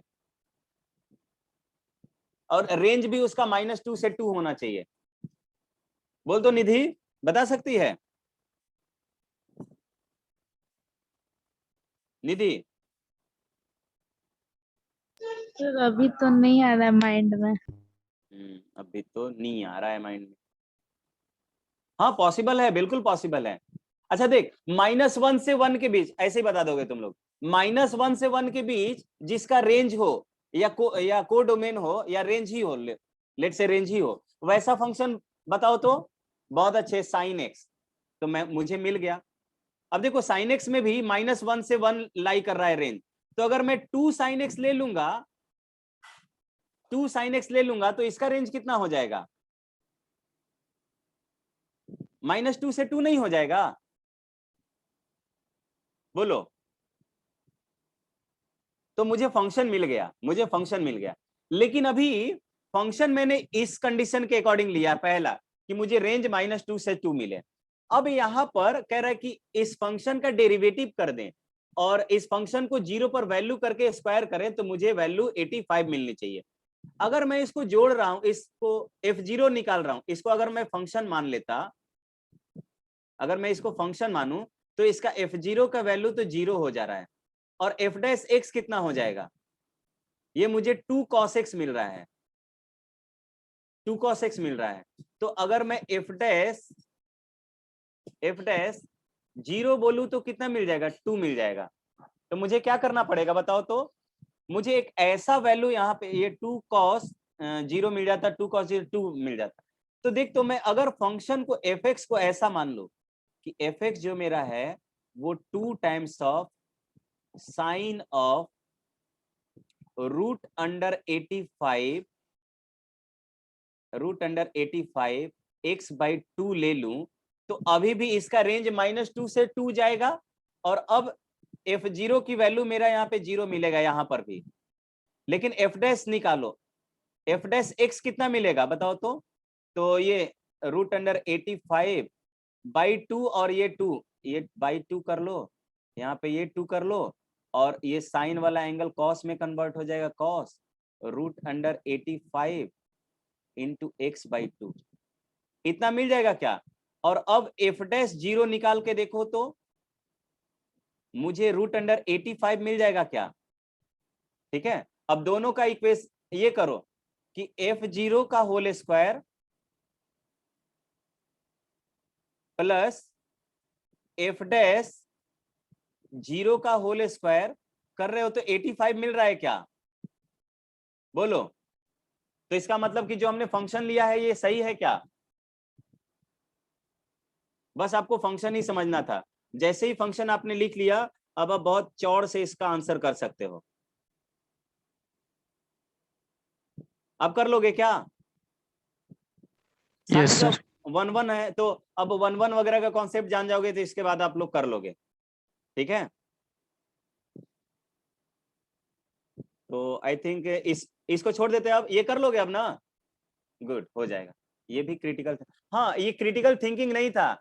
देखो यहाँ पर एक बात ध्यान रखो, कभी भी क्लोज इंटरवल में -n से +n का रेंज वाला कोई मुझे फंक्शन लिखना हो ना, इतने रेंज का फंक्शन, तो हमेशा sin x के फंक्शन में n से मल्टीप्लाई कर दूंगा, क्योंकि sin x का रेंज ही -1 से 1 होता है। तो अगर मुझे -n से n करना है तो मैं n से मल्टीप्लाई कर दूंगा।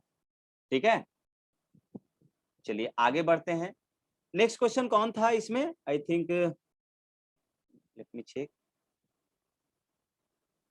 ये वाला पूरा कर लेता हूँ। 27, 20 और 30, 27 और 30 बचा। तो question number 27,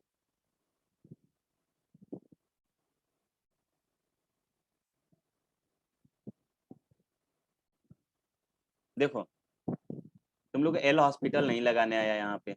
limit t tending to x fx into sin t minus ft into sin x upon t minus x and this equals to sin square x। अच्छा बताओ तो सबसे पहले मुझे ये बताइए कि यहाँ पे वेरिएबल कौन है, विच इज अ वेरिएबल, इधर टी और एक्स, कौन सा है? Just right in the chat box everyone. Sir T है। बहुत अच्छे, टी है। तो और ये देखो, जैसे ही टी के जगह पे मैं एक्स रखता हूं तो यहाँ पर F x sine X minus F x sine x, तो 0/0 फॉर्म में है क्या ये? तो मैं एल हॉस्पिटल रूल लगा सकता हूं। तो आई कैन से कि ये limit T tending to X, यहां पर मुझे एफ एक्स तो मुझे एज इट इज मिल जाएगा, ये क्या हो जाएगा, कॉस टी हो जाएगा क्या, कॉस टी माइनस ये क्या हो जाएगा, एफ डैश टी और साइन एक्स, और यहां पर ये वाला वैल्यू कितना हो जाएगा, 1 हो जाएगा, and this is sine square X. Is it clear to everyone? ठीक है, अब मैं t के जगह पे x रख दूंगा तो यहां पर मुझे मिलेगा F X into cos X minus F dash X into sine X, sine X is equal to sine square X. ठीक है, बात आया समझ में क्या? बोल नहीं पा रहे हो? हाँ, लीव कर गए क्या सब लोग? नहीं नहीं, 10 तो जनता जनार्दन। अब मैं एफ एक्स को y मान लेता हूं, ऐसा मान सकता हूं ना, y equal to F X, आप फंक्शन लिखते हो भाई, तो मैं लिखूंगा ये y इंटू कॉस एक्स हो गया, माइनस इसको मैं dy बाई डी एक्स बोल देता हूं, एफ डैश एक्स क्या होता है, dy by D X into sine X is equal to sine square X हो जाएगा। तो इसको इस साइड कर लेता हूं, तो मैं बोलूंगा कि y into cos X minus sign square x, या इसको ऐसे लिख लेता हूं, मैं माइनस से मल्टीप्लाई कर लेता हूं दोनों तरफ, मैं बोलूंगा y dy by D X into sine X minus y into cos X equals to, यहां पर मुझे मिल गया minus of sine square X, मैंने माइनस से मल्टीप्लाई किया है दोनों तरफ, minus of sine square X, sine X से अब डिवाइड कर दूंगा तो मुझे मिलेगा dy by D X minus Y into sine X से डिवाइड करूंगा तो मुझे कॉट एक्स मिलेगा क्या, कॉट एक्स इक्वल्स टू, यहाँ पे मुझे माइनस ऑफ साइन एक्स मिलेगा। भाई ये लीनियर डिफरेंशियल इक्वेशन बोलते हैं, लीनियर डिफरेंशियल इक्वेशन, इसका सॉल्यूशन आपने अभी नहीं पढ़ा होगा, डिफरेंशियल इक्वेशन नहीं पढ़ा आपने ना? No sir. नहीं ना, तो अब आप इसके बाद ये डिफरेंशियल इक्वेशन का क्वेश्चन हो गया, यहीं पर समझ लीजिए, जब ये डिफरेंशियल इक्वेशन आप पढ़ने लगोगे तो बहुत आसानी से कर लोगे। यहाँ पर इसको इस फॉर्म में लिखते हैं कि dy by D X plus P X, P का कोई एक्स का कोई फंक्शन हो into Y equals to Q X रहे, तो मैं सबसे पहले एक इंटीग्रेटिंग फैक्टर डिफाइन करता हूं आई एफ, जिसको मैं बोलता हूं E to the power integral P D X. ठीक है, और इसका सॉल्यूशन जो होगा ये बोलते हैं y into integrating factor is equal to integrating q into integrating factor into D X plus any constant. तो आई थिंक मुझे याद से छोड़ देना चाहिए, क्योंकि इसके बाद ये डिफरेंशियल इक्वेशन का क्वेश्चन हो गया। बात आया समझ में? क्योंकि यहाँ पे आपको क्या हमको सॉल्व करके y निकालना होगा ना, कि y का फंक्शन कैसा आया है, y इक्वल्स टू जो मुझे फंक्शन चाहिए वो मुझे कब मिलेगा, जब मैं डिफरेंशियल इक्वेशन को सॉल्व करूंगा। ठीक है, तो इसके बाद आप लिख सकते हो will see in differential equation chapter, differential equation. तो सॉल्यूशन ऑफ डिफरेंशियल इक्वेशन पढ़ने लगोगे ना, जब linear form of differential equation, उसमें आएगा ये। तो मैं इसके बाद वाला छोड़ दे रहा हूँ, इसके बाद वाला पार्ट आपने नहीं पढ़ा हुआ है, वहां पर आप लीनियर जब सॉल्यूशन पढ़िएगा उसका तो कर लीजिएगा। किसी को कोई दिक्कत है वो कहोगे तो मैं उसको सॉल्व करके दे दूंगा, लेकिन उसमें फायदा नहीं है। और देखिए एडवांस में पूछा हुआ है, इसलिए दो कॉन्सेप्ट को यूज किया हुआ है यहाँ पे, ठीक है, एक तो इसने डिफरेंशियल इक्वेशन किया हुआ है, यानी कि डिफरेंशियबिलिटी को डिफरेंशियल इक्वेशन के साथ कंपेयर किया हुआ है। यहाँ पर एडवांस का ही क्वेश्चन हो सकता था ये। क्वेश्चन नंबर 30 है ना, एक और क्वेश्चन मैं आपके साथ ले लेता हूं। क्वेश्चन नंबर 30,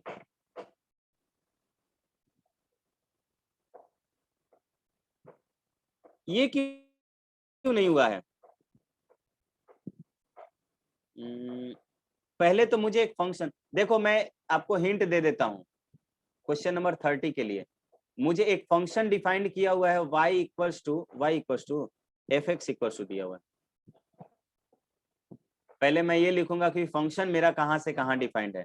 एफ मेरा डिफाइन किया हुआ है -1/2 से कहां तक भाई, 2 तक से रियल नंबर में, यानी डोमेन में इतना ही है। और जी भी मेरा जो फंक्शन डिफाइन किया हुआ है उसका भी डोमेन -12 से 2 तक है।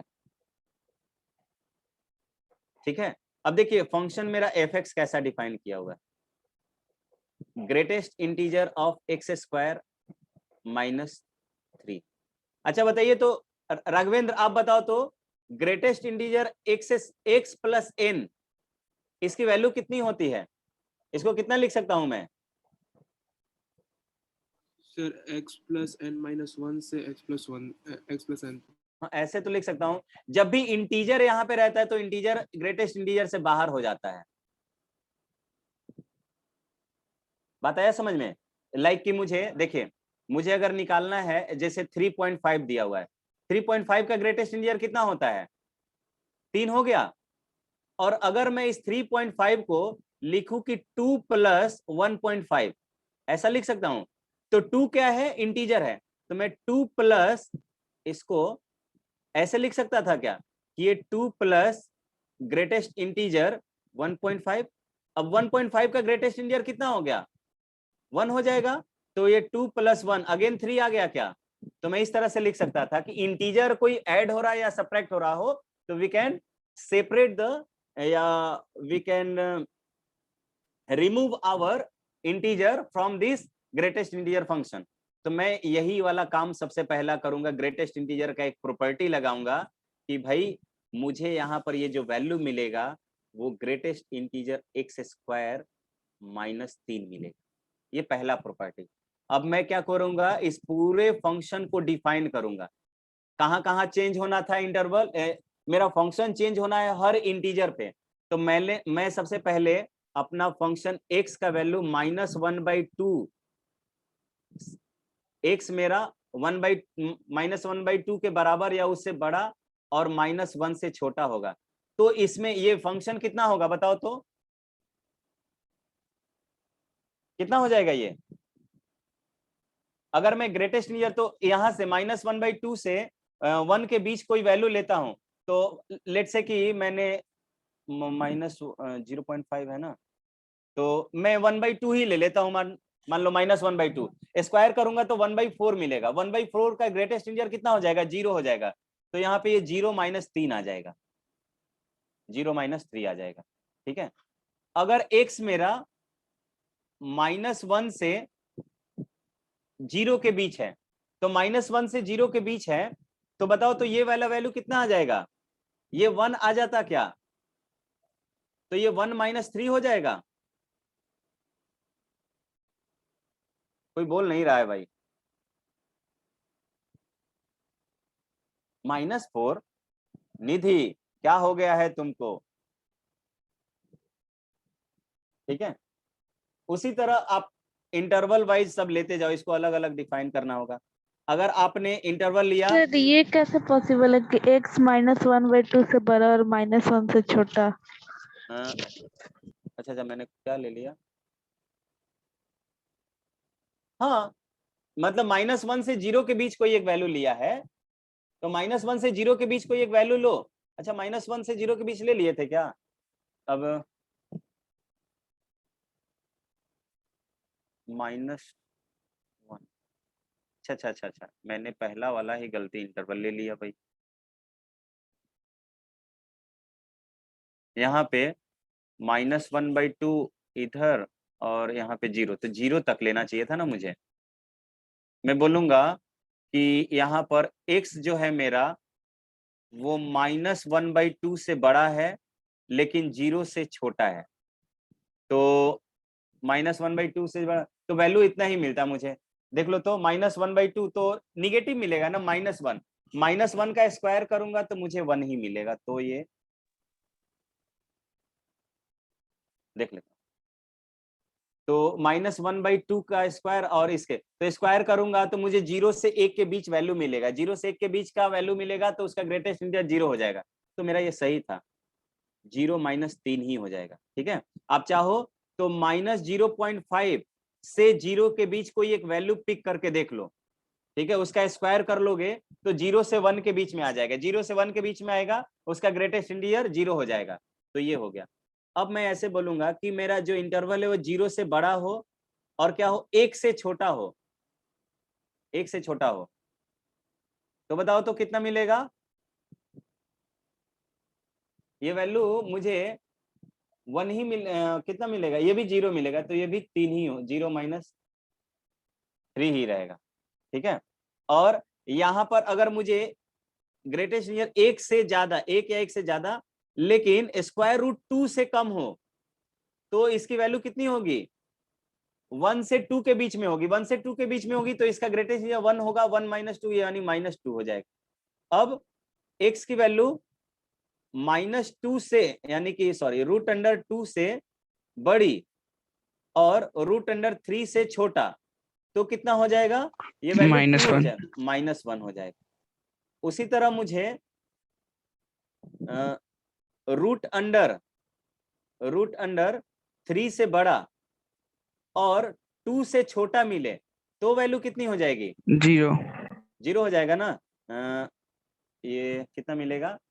3 से, हाँ 0 हो जाएगा। और अगर x = 2 पर अगर बात किया जाए, एग्जैक्टली 2 पर, तो इसमें कितना मिलेगा? 1 -1 हो जाएगा ना। 2 जब एग्जैक्ट 2 रखेंगे तो 4 हो जाएगा। 4 का ग्रेटेस्ट इंटीजर 1, हाँ 4 ही हो जाएगा। 4 - 3 + 1 मिल जाएगा। कितना मिलेगा? मैं यहाँ पे +1 कर देता हूँ, +1 मिलेगा। ये बात आया समझ में? अब मुझे उस फंक्शन को डिफाइन करना होगा जो फंक्शन मुझे दिया हुआ है। मुझे f(x) के बारे में कुछ बोलना है क्या? अब जब ये बताओ तो f की क्या बोल कंटिन्यूटी चेक करनी है मुझे। तो देखो तो 0 पर कॉन्टिन्यूअस है क्या? यस सर 0 पर कॉन्टिन्यूअस है। 1 पर डिसकंटिन्यूअस है। यस सर एक मुझे डिसकंटिन्यूअस पॉइंट 1 मिला। √2 पर डिसकंटिन्यूअस है, √2 पर मिला। √3 पर डिसकंटिन्यूअस है, इस पर भी मिला। और 2 पर डिसकंटिन्यूअस तो एग्जैक्टली 4 पॉइंट पर फंक्शन मुझे डिसकंटिन्यूअस मिल गया f। तो एक ऑप्शन मेरा f is discontinuous exactly at 4 points in -1। तो ऑप्शन नंबर बी एक सही हो जाएगा। बात आया समझ में क्या? यस सर अब उसी तरह मुझे ये वाला फंक्शन gx इसी तरह से मॉड को डिफाइन करके नहीं कर लोगे? इसी सेम इंटरवल में आप फंक्शन fx को भी gx को डिफाइन करोगे। देखो मेरा gx कैसा है, एक बता देता हूं, बाकी सब डिफाइन करना। gx मेरा जो फंक्शन है ये दिया हुआ है mod ऑफ x, फिर मुझे दिया हुआ है fx, f ऑफ x और प्लस mod ऑफ 4x - 7 और इंटू fx, यही दिया हुआ है ना। अब देखो जैसा जैसा फंक्शन हमने वहां पर डिफाइन किया था एकदम वैसा ही करेंगे।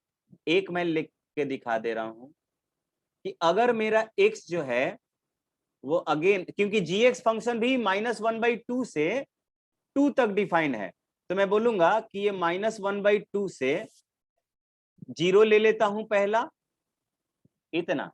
इस केस में मुझे fx कितना मिला था बताओ? इस केस में मुझे fx की वैल्यू -3 मिला था, तो मैं यहां पर बोलूंगा। और इस केस में mod x क्या होगा? निगेटिव होगा, तो निगेटिव निगेटिव पॉजिटिव हो गया, 3x हो जाएगा। क्योंकि इसका वैल्यू भी मुझे -3 मिला और इसका वैल्यू भी मुझे -x मिलता, बात आया समझ में क्या? Yes sir. 7/4 के बाद ये, यानी कि यहाँ पर ये भी निगेटिव मिल रहा होगा क्या, और ये भी निगेटिव, तो ये minus of 3 times of 4x minus 7 नहीं हो जाएगा? बोलो, ये भी माइनस और ये भी माइनस, तो माइनस माइनस प्लस हो जाएगा ना? तो ये भी plus 3 times of 4x minus 7। बात आया समझ में क्या सभी को? ये किस तरह से डिफाइन हो रहा है? सब लोग जस्ट रेज योर हैंड, कितने लोगों को ये वाला समझ में आ गया? सबको आना चाहिए। सब लोग अब ऐसे ही आगे डिफाइन नहीं कर लोगे? एक बार ये सर नो बोल दो तो। कितने लोग बोल पा रहे हो? अनम्यूट करो। यस सर, हो जाएगा। यस सर, हो जाएगा। इसमें भी करना, देखना कितने पॉइंट पर नॉन डिफरेंशिएबल हो रहा है। ठीक है, तो आज का क्लास यही 30 तक रखते हैं। इसके बाद एक क्लास और लगेगा, क्योंकि आगे के क्वेश्चन थोड़ा थोड़ा इजी है। ठीक है, जेई एडवांस वाला जब सेक्शन चलेगा उसी में थोड़ा सा डिफिकल्टी लेवल रहेगा। तो नेक्स्ट क्लास में आई थिंक ये फिनिश भी हो जाना चाहिए। ठीक है, और अब आप आइडिया भी आपको मिल रहा होगा कि किस तरह से इंटरवल वाइज, जब भी मॉड रहेगा ना, मॉड रहेगा तो मुझे फंक्शन को डिफाइन करना ही पड़ेगा। इसके अलावा कोई चारा ही नहीं बचता है कि मैं फंक्शन को क्या करूं, डिफरेंशिएबल या कॉन्टिन्यूअस ऐसा शो करके बता सकूं। ठीक है, तो मिलते हैं नेक्स्ट क्लास में। नेक्स्ट क्लास हमने आई थिंक थर्सडे को स्केड्यूल किया हुआ है, तो उस दिन मिलते हैं फिर। ठीक है, bye bye everyone. Bye sir, धन्यवाद। Good night.